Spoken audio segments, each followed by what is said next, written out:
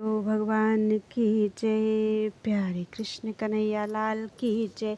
श्रीमद् वाल्मीकि रामायण द्वितीय खंड का उत्तरकांड चल रहा है और आज है 49वां सर्ग। 49वां सर्ग। मुनि कुमारों से समाचार पाकर वाल्मीकि का सीता के पास आकर उन्हें सांत्वना देना और आश्रम में ले जाना। जहाँ सीता रो रही थी वहाँ से थोड़ी ही दूर पर ऋषियों के कुछ बालक थे। वे उन्हें रोते देख अपने आश्रम की ओर दौड़े, जहाँ उग्र तपस्या में मन लगाने वाले भगवान वाल्मीकि मुनि विराजमान थे।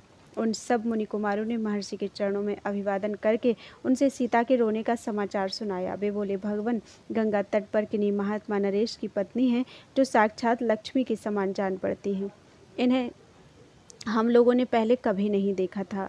वे मोह के कारण विकृत मुख होकर रो रही हैं। भगवान आप स्वयं चलकर अच्छी तरह देख लें, वे आकाश से उतरी हुई किसी देवी सी दिखाई देती हैं। प्रभु गंगा जी के तट पर जो वे कोई श्रेष्ठ सुंदरी स्त्री बैठी है, वह दुखी है। हमने अपनी आंखों से देखा है, वे बड़े जोर जोर से रोती हैं और गहरे शोक में डूबी हुई हैं।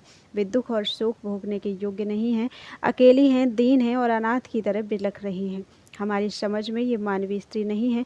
आपको इनका सत्कार करना चाहिए। इस आश्रम से थोड़ी ही दूर पर होने के कारण ये वास्तव में आपकी शरण में आई हैं। भगवान, ये साध्वी देवी अपने लिए कोई रक्षक ढूंढ रही हैं, अतः आप इनकी रक्षा करें। उन मुनि कुमारों की यह बात सुनकर धर्मज्ञ महर्षि ने बुद्धि से निश्चित करके असली बात को जान लिया, क्योंकि उन्हें तपस्या द्वारा दिव्य दृष्टि प्राप्त थी।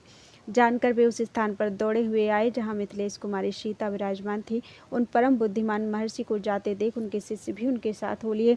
कुछ पैदल चलकर वे महामती महर्षि सुंदर अर्घ लिए गंगा तटवर्ती उस स्थान पर आए। वहाँ आकर उन्होंने श्री रघुनाथ जी की प्रिय पत्नी सीता को अनाथ ही सी दशा में देखा।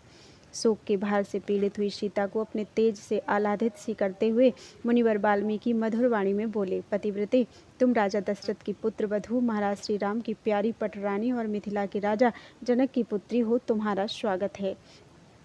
जब तुम यहाँ आ रही थी तभी अपनी धर्म समाधि के द्वारा मुझे इसका पता लग गया था। तुम्हारे परित्याग का जो सारा कारण है उसे मैंने अपने मन से ही जान लिया है।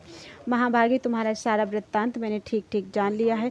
त्रिलोकी में जो कुछ हो रहा है वह सब मुझे विदित है। सीते में तपस्या द्वारा प्राप्त हुई दिव्य दृष्टि से जानता हूँ कि तुम निष्पाप हो, अतः विदेह नंदिनी अब निश्चिंत हो जाओ। इस समय तुम मेरे पास हो। बेटी, मेरे आश्रम के पास ही कुछ तापसी स्त्रियां रहती हैं जो तपस्या में संलग्न हैं। वे अपनी बच्ची के समान सदा तुम्हारा पालन करेंगी। यह मेरा दिया हुआ अर्घ्य ग्रहण करो और निश्चिंत एवं निर्भय हो जाओ। अपने ही घर में आ गई हो ऐसा समझ कर विषाद ना करो। महर्षि का यह अत्यंत अद्भुत भाषण सुनकर सीता ने उनके चरणों में मस्तक झुकाकर प्रणाम किया और हाथ जोड़कर कहा, जो आज्ञा। तब मुनि आगे आगे चले और सीता हाथ जोड़े उनके पीछे हो ली। विदेह नंदिनी के साथ महर्षि को आते देख मुनि पत्नियां उनके पास आईं और बड़ी प्रसन्नता के साथ इस प्रकार बोली, मुनि श्रेष्ठ, आपका स्वागत है। बहुत दिनों के बाद यहाँ आपका शुभ आगमन हुआ है। हम सभी आपको अभिवादन करती हैं। बताइए, हम आपकी क्या सेवा करें। उनका यह वचन सुनकर वाल्मीकि जी बोले, ये परम बुद्धिमान राजा श्री राम की धर्मपत्नी सीता यहाँ आई हैं। सती सीता राजा दशरथ की पुत्र वधू और जनक की पुत्री हैं। निष्पाप होने पर भी पति ने इनका परित्याग कर दिया है, अतः मुझे ही इनका सदा लालन पालन करना है। अतः आप सब लोग इन पर अत्यंत स्नेह दृष्टि रखें। मेरे कहने से तथा अपने ही गौरव से भी ये आपकी विशेष आदरणीय हैं। इस प्रकार बारंबार सीता जी को मुनि पत्नियों के हाथ में सौंपकर महायशस्वी एवं महातपस्वी वाल्मीकि जी शिष्यों के साथ फिर अपने आश्रम पर लौट आए।